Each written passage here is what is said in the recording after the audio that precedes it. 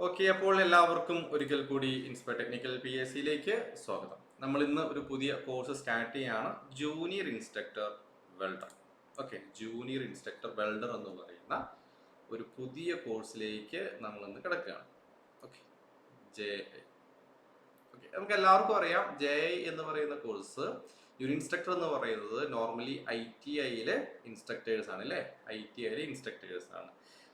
അപ്പോൾ നമുക്കൊരു first class ആയതുകൊണ്ട് തന്നെ നമുക്ക് ബേസിക് ആയിട്ടുള്ള കുറച്ച് കാര്യങ്ങൾ നമുക്കൊന്ന് പറഞ്ഞിട്ട് പോവാം. കാരണം എല്ലാവർക്കും ഒരു ഡൗട്ട് ഉണ്ടാവും, ഇതിന് വേക്കൻസി വരുമോ കാര്യങ്ങൾ, അതുപോലെ തന്നെ ഇപ്പം നിലവിൽ ലിസ്റ്റ് ഉണ്ടല്ലോ, അപ്പോൾ പഠിക്കണോ പഠിക്കണ്ടയോ, അങ്ങനെ 100,000 സംശയങ്ങൾ എന്തായാലും കുറച്ച് പേർക്കെങ്കിലും ഉണ്ടാകാതിരിക്കില്ല. അപ്പോൾ ഞാൻ ഇതിൻ്റെ ഒരു ചെറിയൊരു ഔട്ട്ലൈൻ പറയാം. കാരണം നമ്മളെ സംബന്ധിച്ച് 132 പോസ്റ്റുകളാണ് 132 പോസ്റ്റാണ് എന്തിലുള്ളത്, വെൽഡർ ട്രേഡിലുള്ളത്. അപ്പോൾ ഈ 132 നമുക്ക് ഡയറക്റ്റ് PSC കിട്ടില്ല. അതിൽ 99 പോസ്റ്റുകളാണ് എന്തിലുള്ളത്, 99 പോസ്റ്റാണ് ഡയറക്റ്റ് PSCക്ക് ഉള്ളത്. ഓക്കെ, അപ്പൊ ലാസ്റ്റ് 2014 ഒരു എക്സാം നടന്നു. അത് കഴിഞ്ഞ് പിന്നെ നെക്സ്റ്റ് എക്സാം നടന്നത് 2022 2014 ഏകദേശം 96 അഡ്വൈസോളം പോയി. 2022 ലിസ്റ്റ് ഇപ്പോൾ നിലവിലുള്ള ലിസ്റ്റിൽ ഇതുവരെ കഴിഞ്ഞ ജനുവരി വരെ 33 അഡ്വൈസ് പോയി. ഓക്കെ, ക്ലിയർ ആണല്ലോ? എല്ലാവർക്കും അറിയുന്ന ഒരു ബേസിക് ആയിട്ടുള്ള കാര്യങ്ങളാണ്. പിന്നെ നിങ്ങൾക്ക് എങ്ങനെയാണ് ഇനി ജൂനിയർ ഇൻസ്ട്രക്ടർ വേക്കൻസി വരിക, JI വേക്കൻസി എങ്ങനെ വരും എന്നുള്ളൊരു ഡൗട്ടും കൂടി ഉണ്ടാവും അല്ലെ? JI വേക്കൻസി വരണമെങ്കിൽ ഞാൻ ഇതിൻ്റെ ഒരു ഇത് പറയാം. JI, SI, GI. ഓക്കെ, ഈ GIന്റെ കൂടെ തന്നെയുള്ള ഇതാണ് ഒരു GI ടു പ്രിൻസിപ്പൾ വരും. അതുപോലെ തന്നെ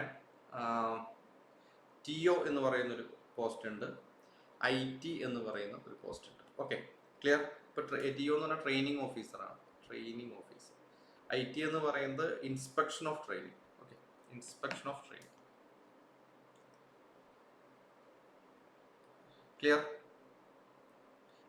ഞാൻ പറയുന്നത് കേൾക്കുന്നുണ്ടല്ലോ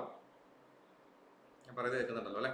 കുറച്ചൊരു ബേസിക് ഔട്ട്ലൈൻ, അല്ലെങ്കിൽ നമ്മൾ ഒരു സംഭവത്തിന് പഠിക്കാൻ പോകുമ്പോഴേ നമ്മൾ എന്താണ് പഠിക്കാൻ പോകുന്നത് എന്നൊരു അവയർനെസ്സിന് വേണ്ടി മാത്രം.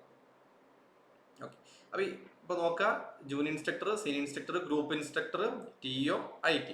അപ്പോൾ ഈ JI ആയിട്ടുള്ള, അതിൽ നമ്മൾ ഫണ്ട് കയറിയ 96 പേരിൽ ഭൂരിഭാഗം ആൾക്കാരും JIയിൽ നിന്ന് SIയിലേക്കായി എന്ന് വെച്ച് ഇവിടെ എന്തുണ്ടാവില്ല, വേക്കൻസീസ് ഒന്നും ക്രിയേറ്റ് ആവില്ല.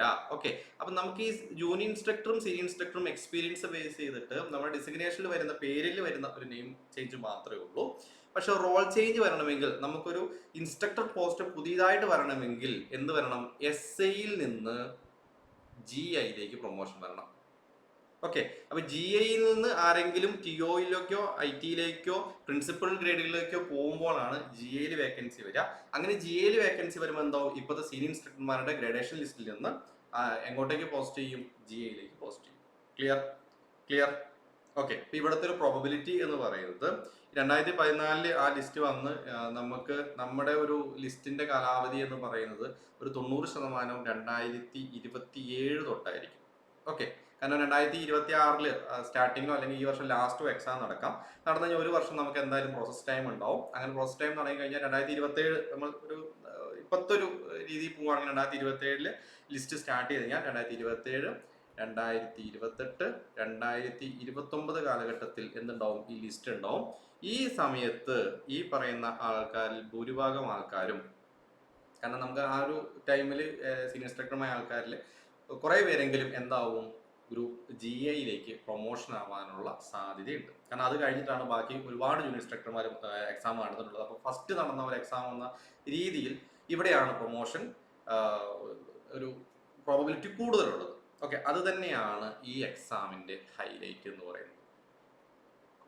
ഒന്നാമത് ഇത് അത്യാവശ്യം എല്ലാ സ്ഥലങ്ങളിലും ഉണ്ട്. ഇനി ഇത് കൂടാതെ പുതിയ സ്ഥലങ്ങളിൽ എവിടെയെങ്കിലും വേക്കൻസി ക്രിയേറ്റഡ് ആവാനൊക്കെ സാധ്യതയുണ്ടെങ്കിൽ അതും കൂടെ പുതിയതായിട്ട് വരും. ക്ലിയർ? അപ്പോൾ ഒരു കാരണവശാലും നിങ്ങൾ പഠിക്കാണ്ട് വിട്ടുകളയരുത്. നല്ലൊരു ഹാർഡ് വർക്ക് ഇതിലേക്ക് ഇടുക. കാരണം നമ്മുടെ ഒരു കുറച്ച് പ്രോസസ്സുകൾ നമ്മൾ കംപ്ലീറ്റ് ചെയ്യുക. അതായത് പരീക്ഷ എഴുതി നമ്മുടെ പറയുന്ന ലിസ്റ്റിൽ വരിക തുടങ്ങിയ കാര്യങ്ങളൊക്കെ ആദ്യമായിട്ട് തന്നെ ചെയ്യുക. കാരണം നിങ്ങളൊക്കെ എന്താണ് ഇവിടെ ഓൾറെഡി പരീക്ഷയ്ക്ക് പ്രിപ്പയർ ചെയ്യാൻ റെഡിയായി ഇവിടെ വന്നു കഴിഞ്ഞു. ഇനി നമ്മൾ എന്ത് ചെയ്യാം, ഇതിന് മുമ്പോട്ട് തന്നെ ബുക്ക് കൊടുക്കാം. ക്ലിയർ? പിന്നെ RTAs ഓൾവേസ് നമ്മൾ കൊടുക്കുന്നുണ്ട്. കൃത്യമായ റിപ്ലൈ കിട്ടിക്കഴിഞ്ഞാൽ നിങ്ങൾക്ക് ഷെയർ ചെയ്യുന്നതുമായിരിക്കും. ഇത് ബേസിക് ആയിട്ടുള്ള കുറച്ച് കാര്യങ്ങളാണ്.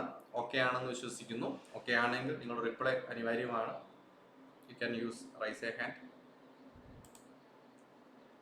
Okay. Arun, Bijin, Diljith, Divya, Gus, GUS അല, ജെറിൻ, റുമൈസ, ഉണ്ണി, വിഷ്ണു, വിഷ്ണുലാൽ, വിഷ്ണു നായർ, വിവേക് ഒക്കെ ഒരുപാട് പേര് ജോയിൻ ചെയ്തിട്ടുണ്ട്. Very good. ഓക്കെ. പിന്നെ നമ്മുടെ തുടക്കത്തിലെ തള്ള് നിർത്തിയ ശേഷം നമുക്ക് എന്ത് ചെയ്യാം, ക്ലാസ്സിലേക്ക് മുമ്പോട്ട് പോവാം. ഇന്നത്തെ ക്ലാസ്സിൽ കാരണം നമുക്ക് ഓൾറെഡി ഒരു ഡീറ്റെയിൽ റെക്കോർഡ് വീഡിയോ ലൈബ്രറി കിടക്കുന്നുണ്ട്. അപ്പോൾ ഇതെല്ലാവരും എന്ത് ചെയ്യാം, ഒരു ഫസ്റ്റ് 3 മന്ത് കൊണ്ട് കണ്ടങ്ങ് തീർത്തേരെ. നമ്മൾ പാരലി ലൈവ് പോകും, വീക്കിലി ലൈവ് ക്ലാസ് നമ്മൾ മുമ്പോട്ട് പോകും. എന്നാലും എൻ്റെ ഒരു സജഷൻ എന്ന് പറയുന്നത് ഫസ്റ്റ് 3 മന്ത് കൊണ്ട് നിങ്ങൾ എന്ത് ചെയ്യുക, ഈ പറയുന്ന റെക്കോർഡ് ലൈബ്രറി മൊത്തം പാരലി കണ്ടങ്ങ് തീർക്കുക. ഓക്കെ, അത് ഡീറ്റെയിൽ ആണ്. കാരണം നമ്മുടെ സിലബസ് എന്ന് പറയുന്നത് വളരെ ലൈറ്റ് ആണ്. കാരണം ഇപ്പോൾ ടൂൾസോ കാര്യങ്ങളോ ഒക്കെ എടുക്കുകയാണെങ്കിലും ഒരുപാട് കട്ട് ചെയ്തിട്ടുണ്ട്. പക്ഷെ നമ്മുടെ റെക്കോർഡ് ലൈബ്രറി എല്ലാം തന്നെ ഉൾപ്പെടുത്തിയിട്ടുണ്ട്. നിങ്ങൾ അതൊന്ന് കണ്ടുവെക്കുന്നത് നല്ലതായിരിക്കും. കാരണം ഇൻ കേസ് നമ്മളിപ്പോൾ ആ ലാസ്റ്റ് 3 മന്ത് നമ്മൾ ഷോർട്ടൺ ചെയ്താൽ മതി.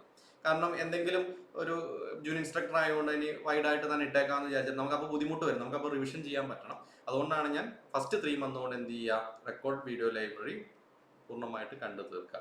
സ്റ്റേറ്റ്മെന്റ് ഡേ ക്വസ്റ്റ്യൻസിന്റെ ഒരു ലൈബ്രറി വേറെ കിടക്കുന്നുണ്ട്, ഒരു 10-30 വീഡിയോ ആയിട്ട്.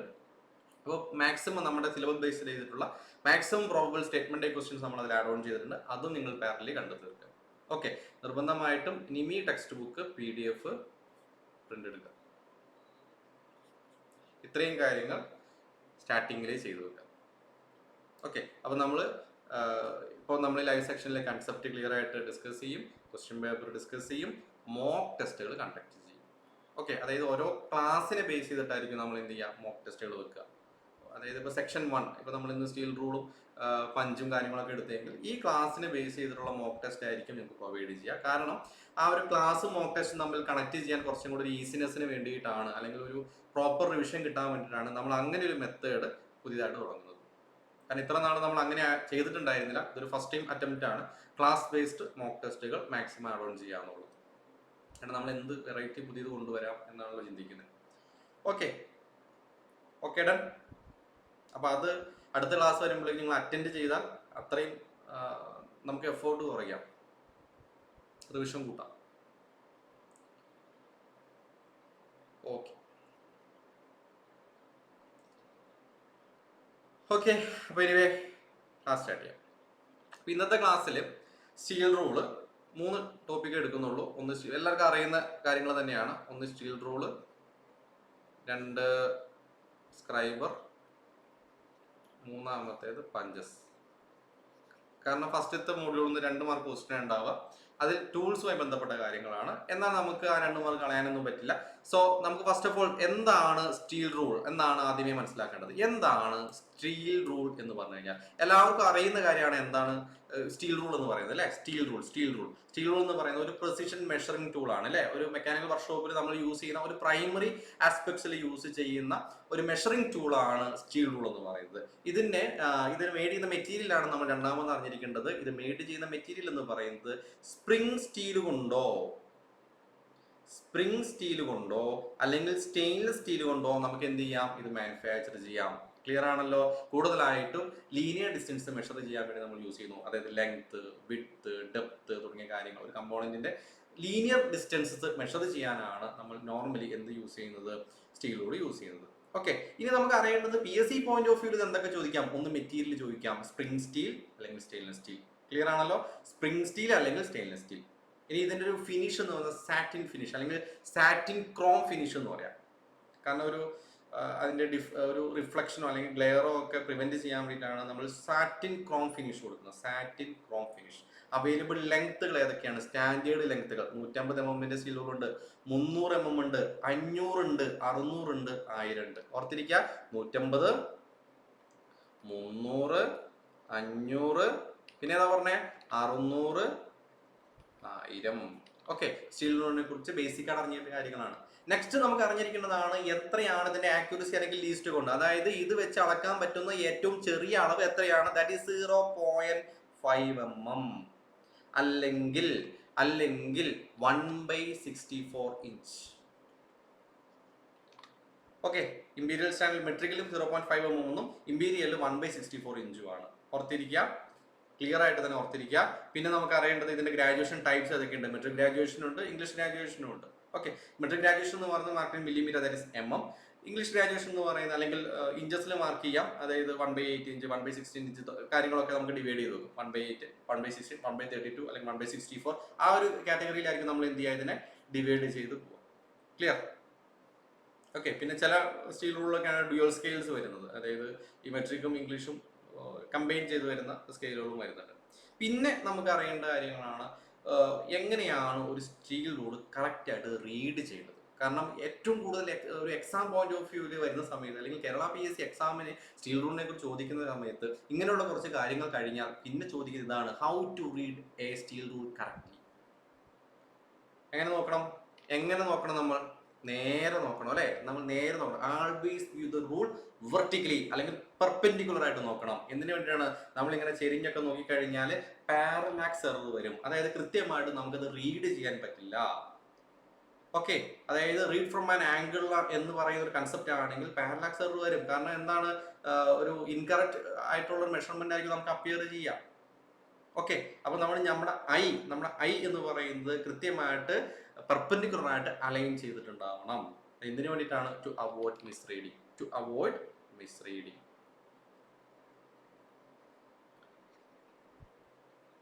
അല്ലെങ്കിൽ ടു അവോയ്ഡ് പാരലാക്സ്.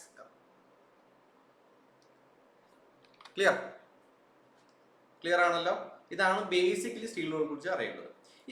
ഇനി നമുക്ക് അറിയേണ്ടതാണ് ടൈപ്സ് ഓഫ് സ്റ്റീൽ റൂൾ ഏതൊക്കെയാണ്. ടൈപ്സ് ഒന്ന് സ്റ്റാൻഡേർഡ് സ്റ്റീൽ റൂൾ, അതായത് നമ്മളിപ്പോൾ നേരത്തെ കാണിച്ച steel rule, standard steel rule, basic flat rule എന്നാണെങ്കിൽ പറയാം.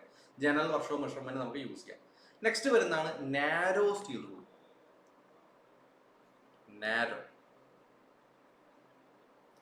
നാരോ സ്റ്റീൽ റൂൾ, നാരോ എന്ന് പറയുമ്പോൾ തന്നെ അറിയാം തിൻ ആൻഡ് സ്ലിം ആയിട്ടുള്ളത്, അതായത് ചെറിയ ഡയമീറ്റേഴ്സ്, കീവേ അളക്കാൻ വേണ്ടിയിട്ട്, ബ്ലൈൻഡ് ഹോൾസ് അളക്കാൻ വേണ്ടിയിട്ട്, അതായത് വൈഡർ ആയിട്ടുള്ള റൂൾസ് നമുക്ക് എത്താത്ത സ്ഥലങ്ങളിലാണ് നമ്മളിത് യൂസ് ചെയ്തത്. അതിന്റെ വിഡ്ത്തും തിക്നെസ്സും എന്ന് അറിഞ്ഞിരിക്കണം. 5 mm വിഡ്ത്തും 2 mm തിക്കും. ഓക്കെ, 5 mm വിഡ്ത്തും 2 mm തിക്കും. എവിടെയൊക്കെയാണ്? സ്മോൾ ഡയ, കീവേസ്, ബ്ലൈൻഡ് ഹോൾസ്, അതായത് വൈഡർ റൂൾസ് എത്താത്ത സ്ഥലങ്ങളിലൊക്കെ നമുക്കത് യൂസ് ചെയ്യാം. നെക്സ്റ്റ് വരുന്നതാണ് ഷോർട്ട് സ്റ്റീൽ റൂൾ. ഈ കാണിച്ചിരിക്കുന്ന സംഭവം ഷോർട്ട് സ്റ്റീൽ റൂൾ ആണ്. കാരണം ഇത് ഒരു സെറ്റ് ഓഫ് 5 എന്ന രീതിയിലാണ് വരിക. അതായത് ഒരു ഹോൾഡറിന്റെ സഹായത്തോടു കൂടിയാണ് നമ്മൾ ഷോർട്ട് സ്റ്റീൽ റൂൾ യൂസ് ചെയ്യുക. കാരണം ലൈക്ക് ഗ്രൂസുകൾ, റീസസുകൾ, ഷോർട്ട് ഷോൾഡേഴ്സ്, ഒരു കൺഫൈൻഡ് ഏരിയാസിലൊക്കെ നമ്മൾ കൂടുതലായിട്ട് ഷോർട്ട് റൂൾസ് യൂസ് ചെയ്യാന്ന് ഓർത്തിരിക്കുക. Short rules.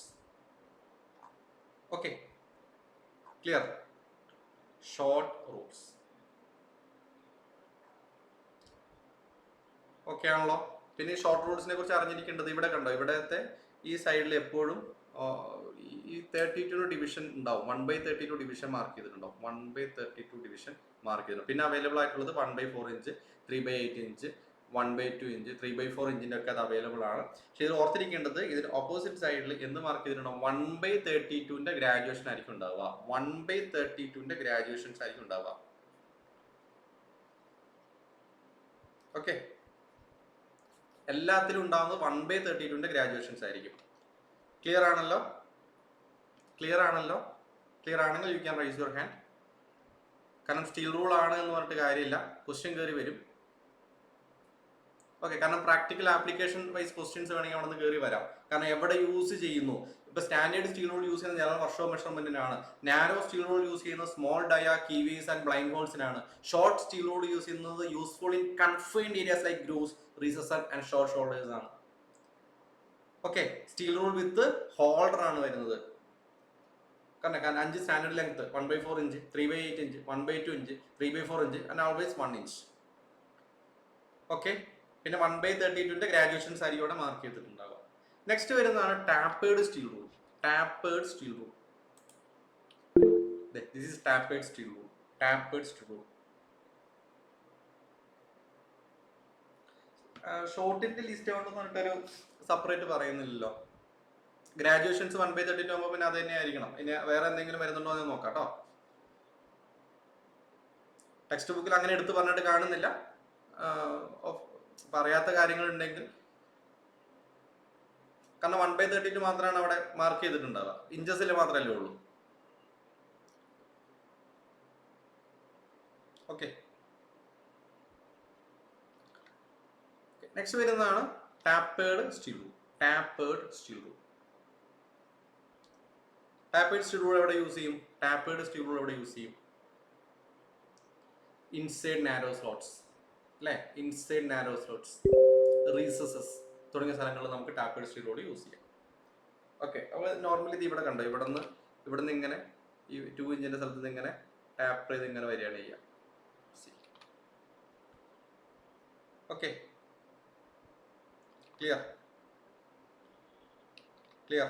1/2 ഇഞ്ചിൽ നിന്ന് 1/2 ഇഞ്ചസിൽ നിന്ന് 1/8 ഇഞ്ചസിലേക്കാണ് എന്ത് വരുന്നത്? ടാപ്പർ വരുന്നതെന്ന് പറയാം. അപ്പോൾ ആ ടാപ്പേഴ്സ് ഫ്രം 1/2 ഇഞ്ച് ടു 1/8, അത് ആ ടാപ്പർ എത്ര എങ്ങനെ വരുന്നു എന്ന് മാത്രമാണ് അവിടെ പറയുന്നുള്ളൂ, വേറെ ഒന്നും പറയുന്നില്ല.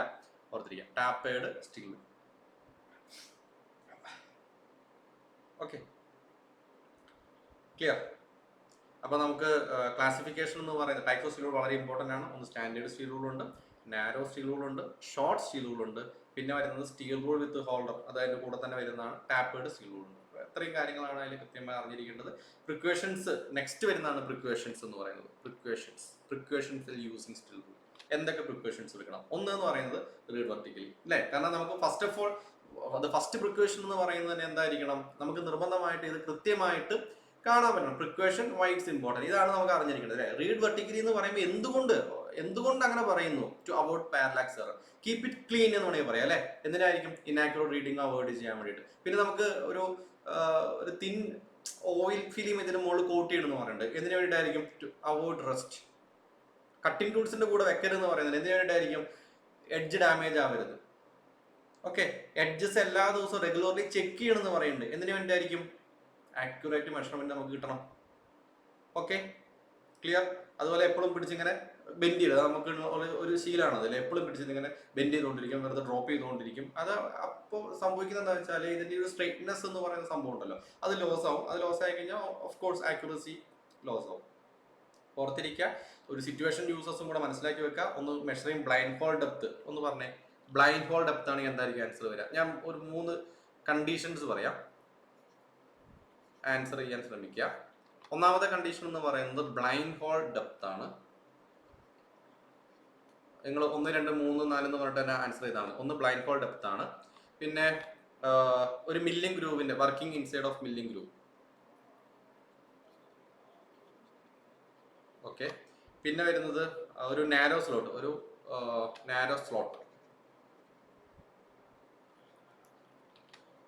ഓക്കെ, ഈ ഒരു recess inside a narrow slot കേട്ടോ, അങ്ങനെ തന്നെ എഴുതാം, അതല്ലെങ്കിൽ അത് ഡൗട്ട് വരും. നെക്സ്റ്റ്, ഓക്കെ, 1, 2, 3 1, 2, 3 എന്ന് പറഞ്ഞിട്ട് തന്നെ നിങ്ങൾ ഏതൊക്കെ റൂളുകൾ അവിടെ യൂസ് ചെയ്യുന്നു പറഞ്ഞേ. ഒന്ന് ബ്ലൈൻഡ് ഹോള്, രണ്ടാമത്തത് ഇൻസൈഡ് എ മില്ലിംഗ് ഗ്രൂവ്, മൂന്നാമത്തത് recess inside a narrow slot. situational uses, try to comment.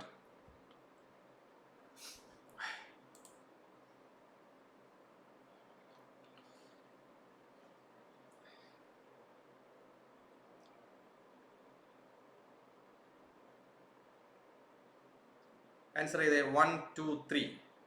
ഇപ്പോൾ നമ്മൾ പറഞ്ഞ കാര്യങ്ങൾ തന്നെയാണ്, ഒന്ന് ആൻസർ ചെയ്യാൻ വേണ്ടി ശ്രമിക്കുക.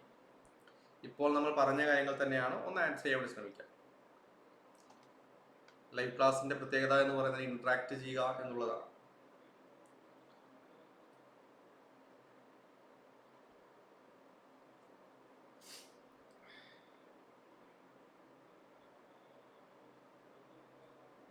One, 2, 3 ഏത് വരും?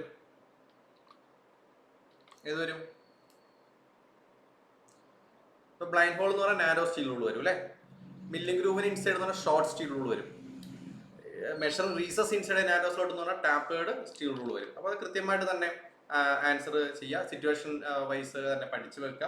ആപ്ലിക്കേഷൻ ലെവൽ ക്വസ്റ്റ്യൻ കയറി വന്നു കഴിഞ്ഞാൽ അവിടെ ചിലപ്പോൾ നമുക്ക് ചെറിയൊരു ബുദ്ധിമുട്ട് വരാനുള്ള സാധ്യതയുണ്ട്, ഓർത്തിരിക്കുക.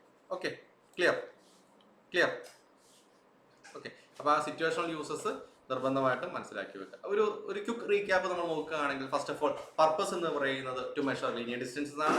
ടൈപ്സ് ഏതൊക്കെയുണ്ട്? Standard, narrow, short and tapered. Material spring steel അല്ലെങ്കിൽ സ്റ്റെയിൻലെസ് സ്റ്റീൽ. ആക്യുറസി 0.5 അല്ലെങ്കിൽ 1/64 inches. Graduation metric and English. Standard length ഓർത്തിരിക്കുക 150, 300, 500, 600, 1000. പ്രിക്കോഷൻസ് ഏതൊക്കെയാണ്? Read vertically, oil for rust, avoid rough handling. Clear clear.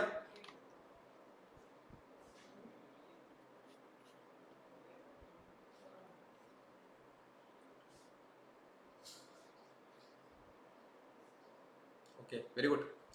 അങ്ങനെയാണെങ്കിൽ അടുത്ത ടോപ്പിക്കിലേക്ക് പോകാല്ലേ? അങ്ങനെയാണെങ്കിൽ നമുക്ക് അടുത്ത ടോപ്പിക്കിലേക്ക് പോയിക്കൂടെ?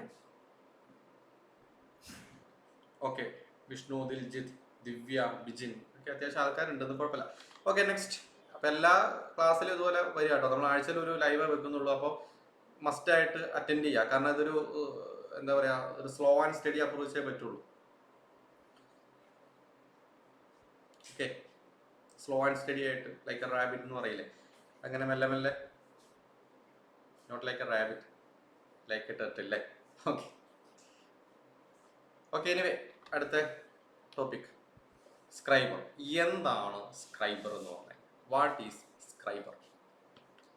രണ്ടാമത്തെ ടോപ്പിക്കാണ് സ്ക്രൈബർ. എന്താണ് സ്ക്രൈബർ?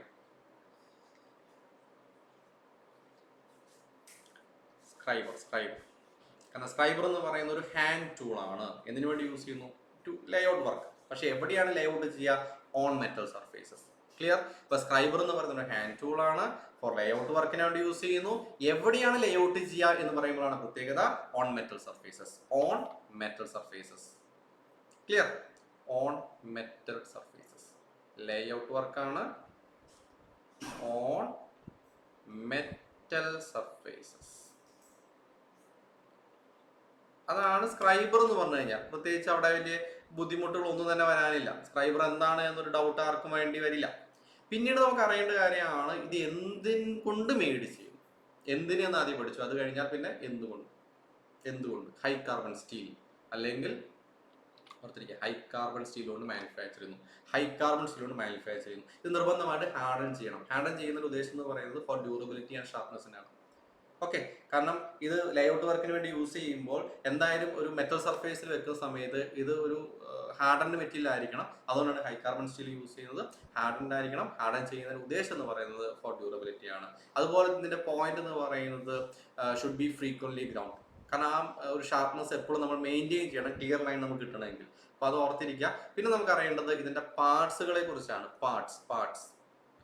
പാർട്സുകളെ കുറിച്ചാണ്. ഇവിടെ നോക്കുക, ഇപ്പൊ നമ്മുടെ ടെക്സ്റ്റ് ബുക്കിലെ ഫിഗർ ആണത്. 3 പാർട്സ് അവിടെ പറയുന്നത്. ഒന്ന് സ്ട്രെയിറ്റ് പോയിന്റും ഗ്രിപ്പും. ഏതൊക്കെ പാർട്ടുകളാണ് നിങ്ങൾക്ക് തന്നെ കാണാൻ പറ്റും. ഏതൊക്കെ പാർട്സുകളുള്ള ഒരു ബെൻ പോയിന്റ് ഉണ്ട് അല്ലേ? ഒരു സ്പെഷ്യൽ ആംഗിൾ മാർക്കിങ്ങിന് വേണ്ടിയിട്ടാണ് ബെൻ പോയിന്റ് യൂസ് ചെയ്യുക. ഇനി സ്ട്രെയിറ്റ് പോയിന്റ് എന്ന് പറയുന്നത് ജനറൽ മാർക്കിന് വേണ്ടിയിട്ടാണ്. ഗ്രിപ്പ് എന്ന് പറയുന്നത് നമുക്ക് കൃത്യമായിട്ട് നമുക്കത് പിടിക്കാൻ പറ്റണ്ടേ. നോർമലി നർലിംഗ് എന്ന് പറയുന്ന ഓപ്പറേഷനാണ് അവിടെ ആ ഗ്രിപ്പ് കിട്ടാൻ വേണ്ടി യൂസ് ചെയ്യുന്നത്. ഓക്കെ, അപ്പൊ ഈ പ്ലെയിൻ സ്ക്രൈബർ ആണ് ഒരു മോസ്റ്റ് കോമൺ ടൈപ്പ് എന്ന് പറയുന്നത്. നമുക്ക് അത് തന്നെ പഠിക്കാനുള്ളൂ. അപ്പൊ ഈ ഇതെന്ന് പറയുന്നത് ഒരു സ്ക്രൈബർ എന്ന് പറയുന്നത് ജസ്റ്റ് ലൈക്ക് എ പെൻസിൽ അല്ലേ? Scriber is just like A pencil, ഓർത്തിരിക്കുക. അതുപോലെ തന്നെ നമ്മളെപ്പോഴും ഒരു എന്താ പറയുക, കൃത്യമായിട്ട് തന്നെ അത് പിടിച്ചു വേണം വരയ്ക്കാൻ. ഇത് ഒരു സ്ട്രൈറ്റ് എഡ്ജുമായിട്ട് വളരെ കൈ എടുത്ത് വന്നുകൊണ്ട് തന്നെ വരച്ച് മാർക്ക് ചെയ്യാന്നുള്ളതാണ്. ഓക്കെ, പിന്നെ നമുക്ക് എപ്പോഴും ഒരു സർഫേസ് പ്ലേറ്റിന്റെ സഹായത്തോടു കൂടി അതുപോലെ തന്നെ സ്റ്റീൽ റൂളിന്റെ ഗൈഡൻസോട് കൂടി തന്നെ നമ്മൾ വരയ്ക്കാൻ ശ്രമിക്കണം. Okay, use with a surface plate or steel rule for guided marking എന്നാണ് പറയുന്നത്. ഓക്കെ, അപ്പോൾ നിർബന്ധമായിട്ടൊരു ഗൈഡ് വേണം. കാരണം അല്ലായെങ്കിൽ ഇവിടുത്തെ ആ ഒരു അതിൻ്റെ ഒരു എന്താ പറയുക, ആക്യുറസിയിൽ വ്യത്യാസം വരും, പൊസിഷനിങ്ങിൽ വ്യത്യാസം വരും. പിന്നെ അതുപോലെ തന്നെ അറിഞ്ഞിരിക്കേണ്ട കാര്യമാണ് ഇതിന്റെ സേഫ്റ്റി പ്രിക്കോഷൻ എന്ന് പറയുന്നത്. ഇതിന്റെ സേഫ്റ്റി പ്രിക്കോഷൻ വളരെ ഇമ്പോർട്ടൻ്റ് ആണ്. കാരണം എന്തൊക്കെ ശ്രദ്ധിക്കണം? നിങ്ങളുടെ ഒരു മൈൻഡിൽ എന്തൊക്കെ ശ്രദ്ധിക്കണം? Safety precaution. കാരണം നമ്മുടെ പോക്കറ്റിൽ നമുക്കിത് കീപ്പ് ചെയ്യാൻ പറ്റില്ല. കാരണം ഇത് വളരെ ഷാർപ്പ് ആയതുകൊണ്ട് ഇഞ്ചുറി ചാൻസ് കൂടുതലാണ്. ഓക്കെ, അതുകൊണ്ട് തന്നെ ഈ പോയിന്റിൽ നമ്മളതൊരു കോർക്ക് ഇട്ടിട്ട് സൂക്ഷിക്കാനാണ് പറയുന്നത്. കാരണം ഇപ്പോൾ ഒരു ആക്സിഡൻസ് ഒക്കെ അത് യൂസ് ഇല്ലാത്ത സമയത്ത് ആക്സിഡന്റ് പ്രോബിലിറ്റി അവിടെ കുറയ്ക്കാന്നുള്ളതാണ്. പിന്നെ ഫ്രീക്വൻ്റ് നമ്മൾ എന്ത് ചെയ്യുക, ഗ്രൈൻഡ് ചെയ്യുക പോയിന്റ്. അപ്പോഴാണ് നമുക്ക് ആ ഒരു ലൈൻ നമുക്ക് വളരെ ഷാർപ്പായിട്ട് കിട്ടുള്ളൂ. അപ്പോൾ ഇഞ്ചുറി ഒഴിവാക്കാണ്ട് നമ്മൾ കീപ്പ് ചെയ്യുക എന്നുള്ളത് മാത്രമാണ്. Okay, clear clear. അപ്പൊ നിർബന്ധമായിട്ടും ആ കോർക്ക് ടിപ്പ് ഇടണം. ആ കോർക്ക് ടിപ്പ് ഇടുന്ന ഉദ്ദേശം എന്താണെന്ന് മനസ്സിലാക്കി വെക്കുക. അപ്പൊ ഞാൻ ഇതുമായി ബന്ധപ്പെട്ട് ഇപ്പോൾ പറയുകയാണെങ്കിൽ ഒരു ക്വിക്ക് റീക്യാപ്പ് പറയുകയാണെങ്കിൽ, ഫസ്റ്റ് ഓഫ് ഓൾ സ്ക്രൈബർ എന്തിനു വേണ്ടി യൂസ് ചെയ്യുന്നു, മാർക്ക് ഡയമെൻഷൻസ്, എന്തുകൊണ്ട് ഉണ്ടാക്കുന്നു high carbon steel. Okay, main പാർട്സിൽ ഏതൊക്കെയാണ്, bend point, straight point and grip. Clear. Safety tips, use cork, don't pocket it, grind point. Okay, clear clear ആണല്ലോ clear ആണല്ലോ Rajin, Rumaisa, Sarath, Shameer, Unni, Vishnulal, Vishnu Nair. Okay, very good. Ananthu Shaji, Alexander. Okay, AKP ആരാന്ന് എനിക്ക് അറിയില്ല. Okay, next topic marking punches എന്ന് പറയുന്ന ഒരു simple ടോപ്പിക്കാണ്. Punches, punch punch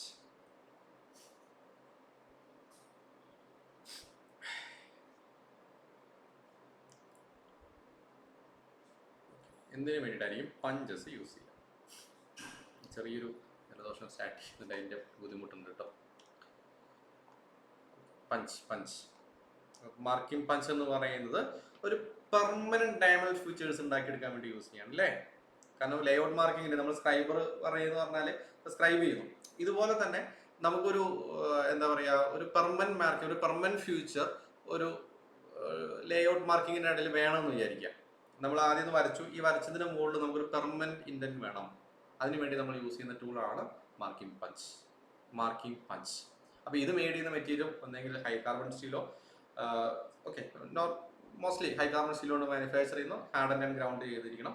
കാരണം ഡ്യൂറബിലിറ്റിക്ക് വേണ്ടി, കാരണം നമ്മൾ ഇതും ഒരു ഇത് ചെയ്യല്ലേ, അതൊരു വേറെ ഒരു പെർമനന്റ് ഡയമെൻഷൻ ഫീച്ചർ വേറെ സ്ഥലത്ത് ഉണ്ടാക്കുകയാണ്, മാർക്കിങ്ങിന് വേണ്ടി തന്നെയാണ്. ഇൻ മെറ്റീരിയൽ ഒരു മെറ്റൽ സർഫേസിലാണ് നമ്മൾ ചെയ്യുന്നത്. അതുകൊണ്ട് തന്നെ ഇത് ഹൈ കാർബൺ സ്റ്റീലോടായിരിക്കും മാനുഫാക്ചർ ചെയ്യുക. Harden and ground four sharpness and durability നിർബന്ധമായിട്ട് മനസ്സിലാക്കി വെക്കാം. അപ്പൊ ഇത് രണ്ട് ടൈപ്പ് ഉണ്ട്, പ്രധാനമായിട്ടും രണ്ട് ടൈപ്പ് പഞ്ചുകൾ നമുക്ക് പഠിക്കാനുള്ളത്. ഒന്നാമത്തേത് സെന്റർ പഞ്ചാണ്, രണ്ടാമത്തേത് പ്രിക് പഞ്ചാണ്. സെന്റർ പഞ്ചിന് ആംഗിൾ 90 ഡിഗ്രിയാണ് ദേശി. പ്രിക് പഞ്ച് ആംഗിൾ 30 ഡിഗ്രി ഉണ്ട്, അതുപോലെ തന്നെ 60 ഡിഗ്രി ഉണ്ട്. ഓക്കെ, പ്രിക് പഞ്ച് രണ്ട് ടൈപ്പ് ഉണ്ട്, 30 ഡിഗ്രി അല്ലെങ്കിൽ 60 ഡിഗ്രി, 30 ഡിഗ്രി അല്ലെങ്കിൽ 60 ഡിഗ്രി. അപ്പൊ സെന്റർ പഞ്ച് എന്ന് പറയുന്നത് ഒരു വൈഡ് ആൻഡ് ഷാളോ മാർക്ക് ഉണ്ടാവും അല്ലെ, വൈഡ് ആൻഡ് ഷാളോ മാർക്ക്. ഇത് ഇങ്ങനെ ഇവിടെ തന്നെ നോക്കുമ്പോൾ അറിയാം, wide and ഷാളോ mark. Okay, 30 degree അല്ലെങ്കിൽ 60 ഡിഗ്രി എന്ന് പറയുന്നത് ഒരു ഷാർപ്പ് ആൻഡ് ഡീപ്പർ മാർക്ക് ആയിരിക്കും ഉണ്ടാവും. സെന്റർ പഞ്ചായിട്ട് കമ്പയർ ചെയ്യുന്ന സമയത്ത് കുറച്ചും കൂടെ ആംഗിൾ ചെറുതല്ലേ. ഓക്കെ, അപ്പോൾ ഒരു ലൈറ്റ് മാർക്കിങ്ങിനൊക്കെ വേണ്ടിയിട്ടായിരിക്കും നമ്മൾ പ്രിക് പഞ്ച് യൂസ് ചെയ്യുക. ഒരു ഡിവൈഡഡ് പൊസിഷനിങ്ങിനോ അല്ലെങ്കിൽ വിറ്റ്നസ് മാർക്കുകൾക്കൊക്കെ വേണ്ടിയിട്ടായിരിക്കും നമ്മൾ പ്രിക് പഞ്ചുകൾ യൂസ് ചെയ്യുക. അപ്പോൾ ഈ 60 ഡിഗ്രി പ്രിക് പഞ്ച് അറിയപ്പെടുന്ന പേരാണ് ഡോട്ട് പഞ്ച് എന്ന് പറയുന്നത്. ഓക്കെ, കാരണം ഒരു specific form of prick punch തന്നെയാണ് ഡോട്ട് പഞ്ച് എന്ന് പറയുന്നത്. അപ്പോൾ സംടൈംസ് ഇത് ഒരു ഇന്റർചേഞ്ചബിൾ ആയിട്ട് നമ്മൾ പേര് മാറ്റി മാറ്റി യൂസ് ചെയ്യാറുണ്ട്, ഓർത്തിരിക്കുക. ഫോർ മാർക്കിംഗ് വിറ്റ്നസ് മാർക്കിനെ ഓർത്തിരിക്കുക, 60 ഡിഗ്രി പ്രിക് പഞ്ചാണ് യൂസ് ചെയ്യുന്നത്, witness mark. Witness mark. Okay, ഇനി 30 ഡിഗ്രി എന്ന് പറയുന്നത് പൊസിഷനിങ് ഡിവൈഡേഴ്സ്.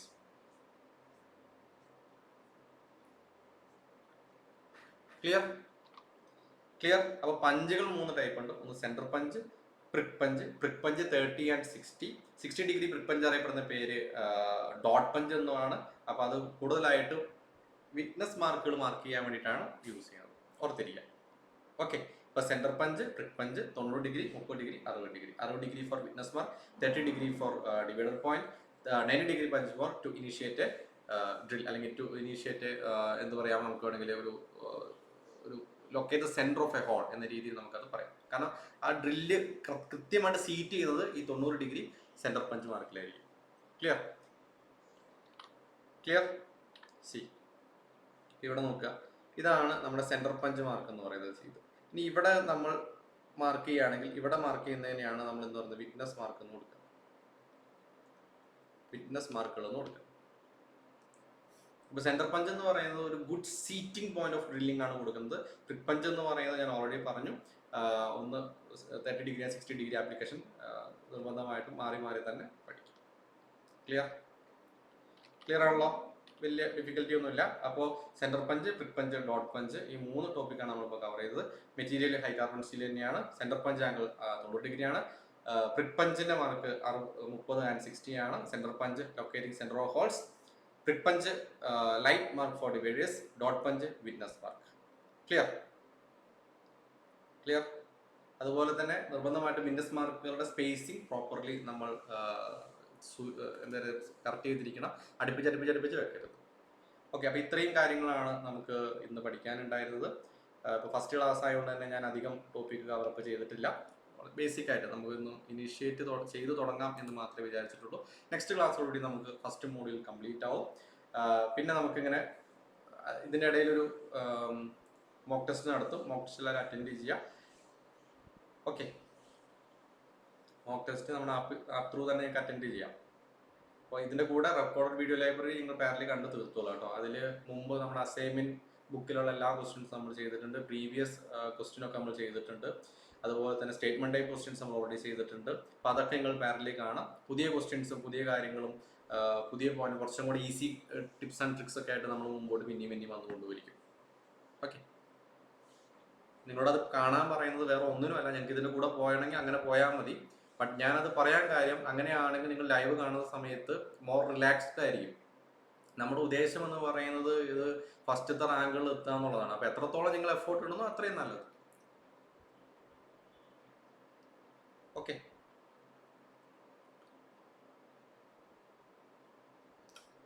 ക്ലിയർ. പഴയതാണെങ്കിലും പുതിയ ആണെങ്കിലൊക്കെ സ്ഥാനം തന്നെയല്ലേ. അപ്പോൾ നമ്മൾ പിന്നെയും കേൾക്കുകയും കാണുകയും എഴുതുകയും ചെയ്യുമ്പോൾ അത്രയും നല്ലതാണ്. ഈവൻ ഇപ്പം അന്നത്തെ അതേ ക്ലാസ്സിന് സ്ലൈഡ് ഉണ്ട്. നമ്മൾ എന്തുകൊണ്ടാണ് പുതിയ സ്ലൈഡ് ഉണ്ടാക്കുന്നത്? നമുക്ക് വീണ്ടും അപ്ഡേറ്റ് ചെയ്തുകൊണ്ടിരിക്കുകയാണ്. അപ്പോൾ നമുക്ക് എന്തെങ്കിലും സാധനം പുതിയത് കിട്ടും. ഓക്കെ,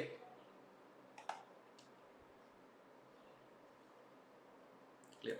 ഓക്കെ, അങ്ങനെയാണെങ്കിൽ ഞാൻ ക്ലാസ് മെല്ലെ വൈൻഡപ്പ് ചെയ്യുകയാണ്. അപ്പോൾ അടുത്ത ക്ലാസ്സിലും എല്ലാവരും ഓൺ ടൈമിൽ തന്നെ ലൈവ് ക്ലാസ്സിൽ എത്തുക.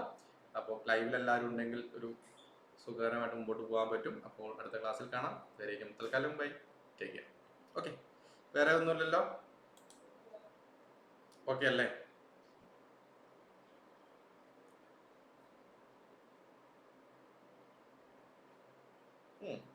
ഞാൻ ജനറൽ ആയിട്ടുള്ള കാര്യങ്ങളെ പറഞ്ഞിട്ടുള്ളൂ. ജസ്റ്റ് അബൌട്ട് ദ വേക്കൻസി കാര്യങ്ങൾ ഞാൻ റെക്കോർഡ് അപ്ഡേറ്റ് ചെയ്യും കേട്ടോ. Vishnu, don't worry. ആടി ഇപ്പം തന്നെ ആടി. Okay, bye, good night, take care.